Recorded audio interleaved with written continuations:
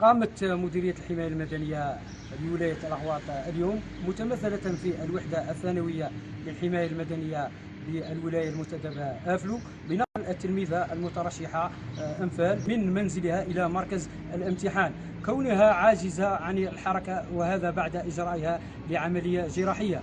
بعد طلب والدها بالمساعدة بنقلها إلى مركز الامتحان وبموافقة السيد مدير الحماية المدنية المقدم بالهوشي عبد الحميد، حيث أمر بتوفير كافة الوسائل الضرورية لمساعدتها لنقلها إلى مركز الامتحان، حيث تم تخصيص لها سيارة إسعاف تتكفل بنقلها طيلة أيام الامتحانات. وتندرج هذه العملية ضمن المهام النبيلة لسلك الحماية المدنية وحرصنا على خدمة المواطن بكافة الظروف. هي الحماية المدنية اللي لبونا هذا النداء لنقل الطالبة هي الابنة تاعي إلى لإجراء الامتحان شهادة البكالوريا، ونشكرهم على هذه المبادرة وتحية الجزائر.